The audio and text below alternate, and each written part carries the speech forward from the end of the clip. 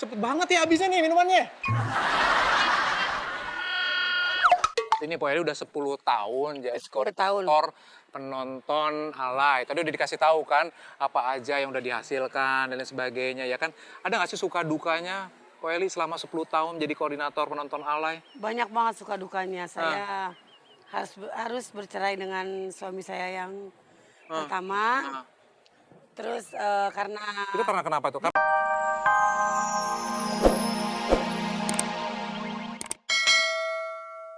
kamu tahu kamu persiapkan, kamu Siapa? harus diem, kamu harus nurut, karena kamu bawa orang yang diperluin di dunia alau, repot kalau aku nggak ada Dunia nih. apaan? Alay, alay, Oh alay. iya, iya dunia alay. Terus saya ngejalanin hidup yang sangatlah sulit sampai saya pengen Sulit, ngejual udah. ginjal. Hah? Oh,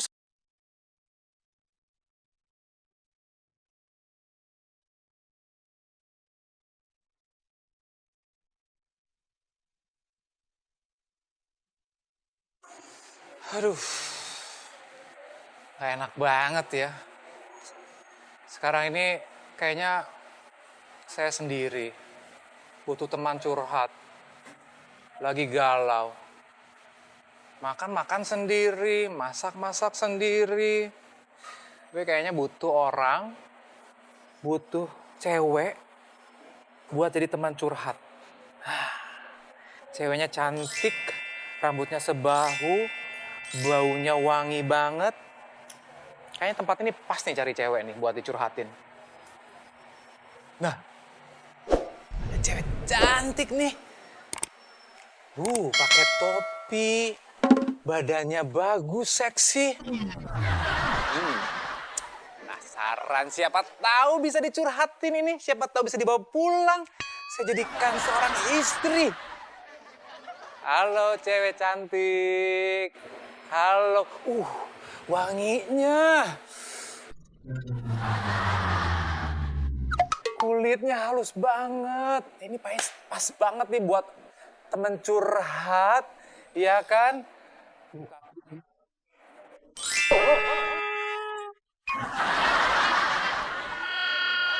Megang dong, ayo. Kan belum megang tadi. Kok silo banget ya? Kok silo gimana? Kok silo banget ya? Pegang dong, ayo pegang dong. Tadi katanya mau teman curhat, katanya mau teman bicara-bicara. Pegang. Enggak sih. Halus kan? Oh halus. Sampai sini halus. Sampai sini. Mentok deh. Baik, Adri. Penyakit banget. Po Eli nunggu siapa sih Po Eli? Aku lagi jalan-jalan aja di sini. Oh, nggak nunggu siapa-siapa? Tidak sih, tapi nunggu jodoh kali ya. Jodoh yang datang lagi. Udah punya kali. Bohong, bercanda. Po Eli, saya tuh lagi galau banget nih Po Eli. Galau kenapa? Saya tuh ya, hidup sendiri. Waduh. Makan sendiri. Masak sendiri. Cuci sendiri. Tidur. Aduh. Po Eli, ini kan sekarang kita mengenal Po Eli itu sebagai Koordinator. kan? Aku buka aja ya. Boleh. Aku ribet pakai topi Saya kayaknya. pakai Po Eli. Nah. Boleh saya pakai. Cucok ya. Cantik banget. Kalah gue. Po Eli, sejak kapan sih kalau misalnya flashback ke belakang ya? Po Eli ini sejak kapan berkecimpung di koordinator penonton alay? 2006. 2006. 2006. Itu gimana ceritanya Po Eli sampai gitu? Jadi saya itu punya masalah hidup yang sangat susah, masalah ekonomi yang sangatlah saya butuh uang. Jadi saya datang ke stasiun TV untuk jadi penonton gitu. Dan jadi penonton, aku awal dari penonton awal dulu. Penonton dibayar 15.000 loh. 15.000. 3 bulan saya jadi penonton. Setelah 2006 Ada yang mau nerima tuh Po Eli jadi penonton? banyak. Oh banyak.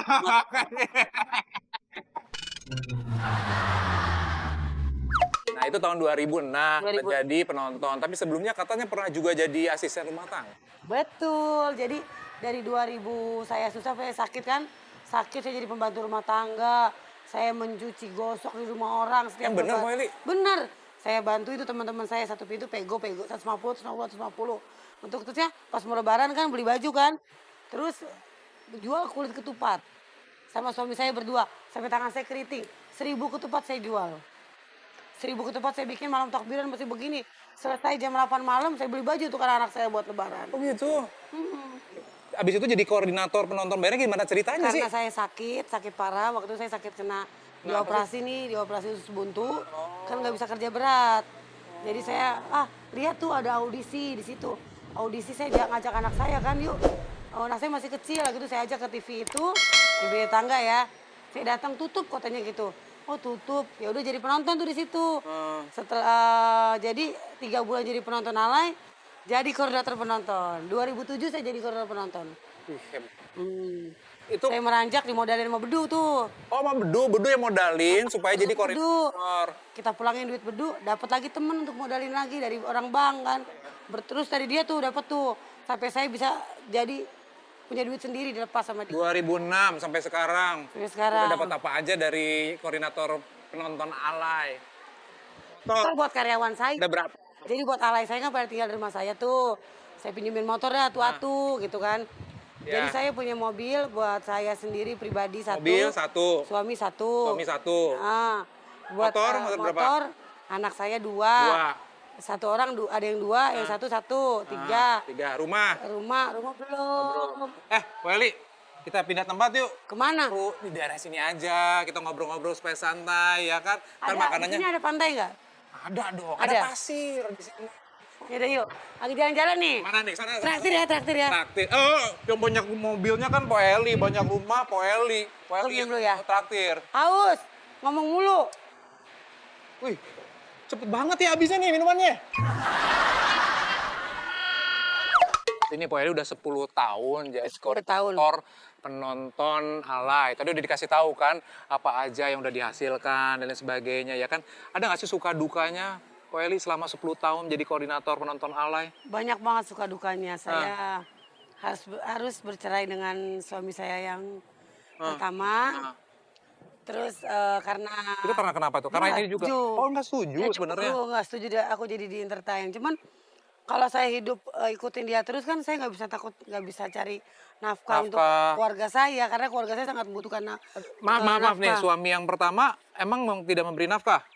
memberi nafkah tapi tidak cukup. Oh tidak cukup. Jadi saya niat membantu suami saya. Padahal niatnya baik ya? Niatnya baik, ngebantu biar kita makin rukun, makin kita punya rumah, kita sekolahan anak, kita kuliahkan anak itu yang biar anak saya tuh nggak kayak saya, biar anak saya tuh dihargai menjadi sarjana gitu. Saya tuh maunya begitu. Sekarang udah kuliah anak saya.